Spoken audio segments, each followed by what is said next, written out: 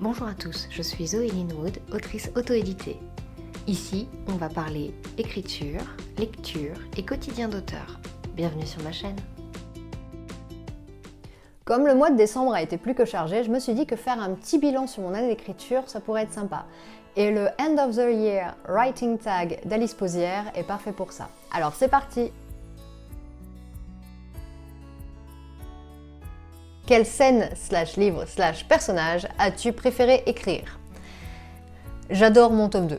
J'aime aussi énormément le premier livre, j'ai passé beaucoup de temps dessus, et le tome 3 me plaît également beaucoup. Mais le deuxième tome, c'est mon petit chouchou, je pense. J'aime les nouveaux personnages, le déroulement de l'histoire et les émotions qui s'en dégagent. Dans le premier tome, j'ai posé les bases, mais dans Les Protecteurs, donc le tome 2, on en apprend plus sur le monde et il y a plus d'action. J'ai tellement hâte de vous le faire découvrir et de partager ces moments-là avec vous si vous saviez.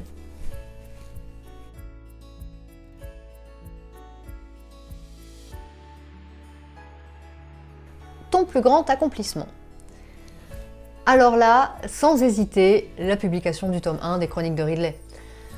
J'ai commencé la rédaction des chroniques il y a déjà plus de 8 ans et parvenir à la publication après tant de travail, c'est vraiment ma plus belle réussite à ce jour. Je suis allée au bout malgré les difficultés et je suis vraiment très fière de moi pour ça. En plus, pour ne rien gâcher, j'ai presque atteint mon quota de vente, enfin mon objectif de vente pour 2023. Donc pour une première année en tant qu'autrice officielle et publiée, je suis vraiment très contente. Et les retours que vous me faites sur le tome 1 me font extrêmement plaisir. Donc je suis vraiment très reconnaissante pour ça.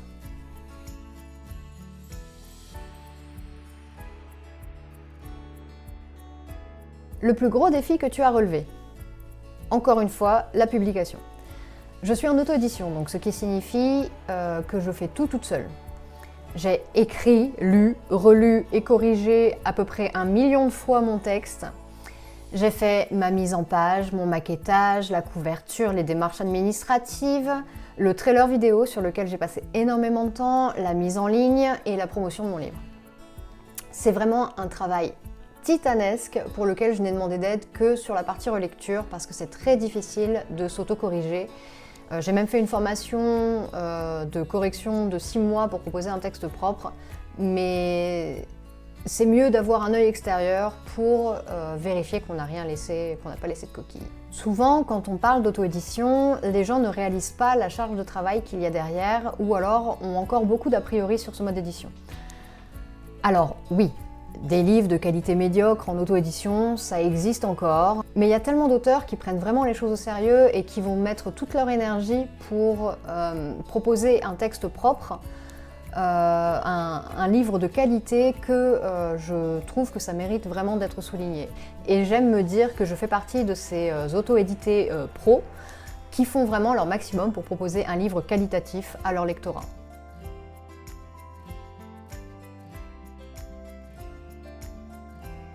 Les chansons principales de ta playlist d'écriture? Alors ça, c'est une question vraiment très simple, parce que ma playlist d'écriture et de travail d'auteur en général, c'est l'intégrale des bandes-sons des films Hunger Games, des 5 maintenant. C'est vraiment la playlist qui m'inspire et m'accompagne à chaque fois que j'ouvre mon fichier. Donc autant dire qu'en 8 ans, j'ai eu le temps d'exploser les records d'écoute de Hunger Games. D'ailleurs, ça fait 2 ans que ma playlist YouTube musique me propose en récap annuel James Newton Award en artiste le plus écouté.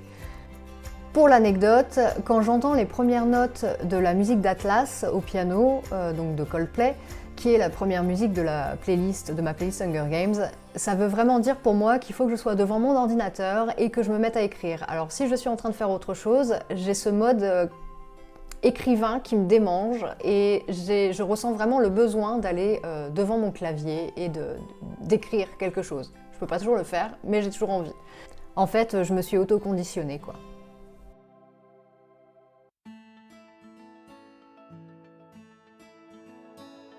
Alors, une scène, livre ou personnage qui t'a étonné? J'ai travaillé sur 4 livres cette année, donc la correction et la publication du tome 1 des Chroniques de Ridley, la réécriture et la correction du tome 2, le début d'une histoire un peu dans le mood de The Nevers et une réécriture de contes. Mais figurez-vous que le livre qui m'a le plus étonnée cette année, c'est aucun de ceux-là. Ça tombe à pic, puisque celui qui m'a le plus étonnée, c'est une histoire que m'a inspiré mon chat. Oui, vous avez bien entendu, mon chacolite, comme j'aime l'appeler sur les réseaux, m'a inspiré une histoire. Alors, cette histoire n'a absolument rien à voir avec ce que j'écris d'habitude, donc plus dystopique, post-apocalyptique, mais j'ai quand même très envie de l'écrire parce que l'idée m'amuse beaucoup et je pense que ça pourrait distraire et amuser aussi des lecteurs. Et en plus, j'ai vraiment trouvé le titre parfait, mais vraiment parfait. Donc rien que pour ça, j'ai vraiment très envie d'écrire l'histoire. Ce sera un peu mon hommage à mon chat, à mon bébé chat. Voilà, donc promis, je vous en dirai plus quand j'y serai, parce que c'est un projet ça va être mon projet doudou de l'année 2024, je pense, et 2025. Peut-être 2024 seulement, on verra.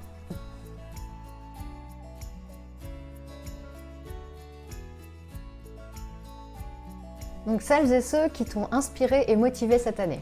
Alors sans hésitation, mon chéri, comme je l'ai dit, être auto-édité, c'est un challenge de tous les jours et un challenge qui pour l'instant me coûte plus qu'il ne me rapporte. Mais malgré cela, il est toujours là pour me soutenir, il m'aide énormément dans tous les aspects de ma vie quotidienne et d'autrice et il m'aide d'un soutien incroyable. Il est en train de tenir l'ordinateur pour que je puisse voir mon texte à peu près, donc merci. Et pour vous donner une idée, il est même en train d'apprendre le montage vidéo pour que je puisse être déchargée au moins de cette partie-là de travail. Ensuite, il y a tous mes autres proches qui m'ont aidée, qui me soutiennent d'une manière ou d'une autre, qui ont fait la promotion du livre de leur côté ou qui partagent mes publications dès que j'en fais. Et bien sûr, il y a tous les auteurs et autrices, créateurs de contenu qui, sans le savoir, m'ont donné le courage de vraiment me lancer dans l'auto-édition grâce à leurs conseils. Pour ne citer que, je vous conseille d'aller voir leur contenu si ça vous intéresse. Je dirais Christelle Lebailly, Michael Bieli, qui fait en plus des vidéos très drôles, qui n'ont rien à voir avec l'écriture en propre, que vous pouvez regarder si vous n'êtes pas écrivain, qui valent vraiment le coup d'œil. Jupiter Phaéton, Marc Godesen et Caroline Vermal, pour ne citer que, j'ai déjà dit pour ne citer que. Je ne saurais vraiment pas estimer le temps que j'ai passé derrière mon écran à regarder leur contenu ou à écouter leur podcast. Donc merci à eux.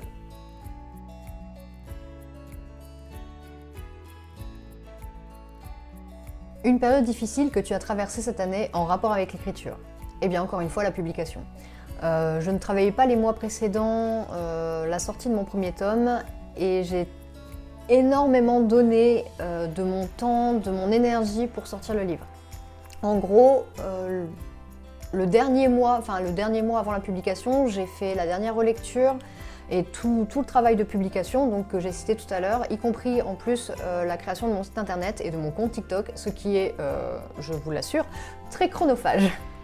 Et je ne me suis évidemment pas arrêtée après la sortie, puisque au contraire, il fallait faire la promotion du livre. Donc ça a été vraiment un travail acharné. Et pour vous dire, quand je suis arrivée au moment des vacances début août, j'étais, je pense, à la limite de l'épuisement généralisé, voire du burn-out. Autre moment compliqué, celui où j'ai dû reprendre un travail à temps plein à côté de mon travail d'autrice. Donc pendant plusieurs mois, j'ai travaillé en 2-8, donc 5h, 13h en gros, et 13h, 21h à peu près. Et j'enchaînais à côté de ça les heures pour mon entreprise. Et je crois que la semaine où j'ai le plus travaillé, ça devait être la semaine où j'ai fait la vidéo Hunger Games, où j'ai travaillé 70 heures tous les jours du coup, enfin 70 heures sur tous les jours de la semaine. Donc c'était vraiment intense. Et en plus à ce moment-là, quand j'ai fait la vidéo, je pensais avoir quelques vues, donc je l'ai fait vraiment plus pour le plaisir et pour la gloire, comme on dit. Donc merci vraiment à tous ceux qui ont regardé la vidéo parce que ça compte énormément pour moi. Tous ceux qui ont passé du temps à liker, commenter, partager, etc. Vous imaginez pas à quel point je vous en suis reconnaissante, merci 1000 fois. Je sais pas si vous l'entendez. Ludo est en train de nourrir le chat pour faire diversion.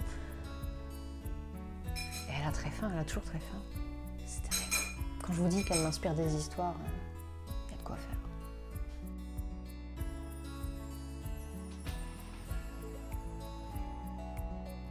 Ta plus belle critique.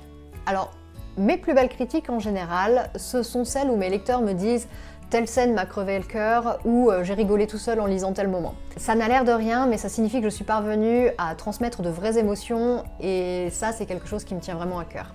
Personnellement, quand je lis, je déteste quand un livre me laisse froide. J'aime pleurer, rire et avoir peur quand je me plonge dans un univers. Alors, savoir que je parviens à faire de même, c'est vraiment une réussite pour moi. C'est que j'ai bien fait mon travail.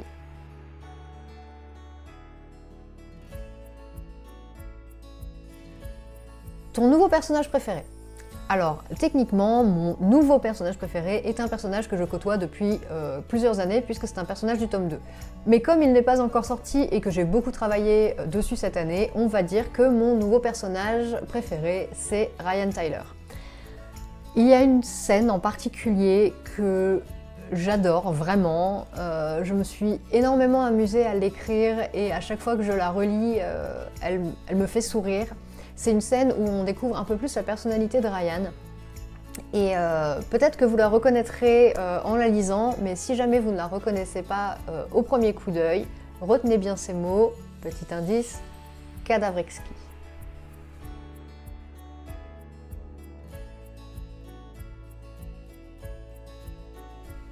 Une chose que tu as appris cette année? Beaucoup de choses, en réalité, vraiment beaucoup de choses. C'est ma première année en tant qu'autrice officielle et en tant que travailleuse indépendante. J'ai appris énormément sur moi et notamment sur la quantité de travail que je pouvais abattre, même si je savais déjà que je pouvais être un bourreau de travail quand je m'y mets. Mais j'ai aussi appris à reconnaître mes limites. J'ai déjà fait un burn-out il y a à peu près 10 ans de ça et clairement j'ai pas envie de revivre l'expérience, donc plutôt que de pousser encore et encore et encore mes limites jusqu'à l'épuisement, j'apprends à m'autoriser un après-midi de repos quand je fatigue de trop et j'essaye d'avoir un petit peu mes week-ends. L'auto-édition pour moi c'est pas un sprint mais un marathon, donc il faut vraiment que je tienne sur la durée.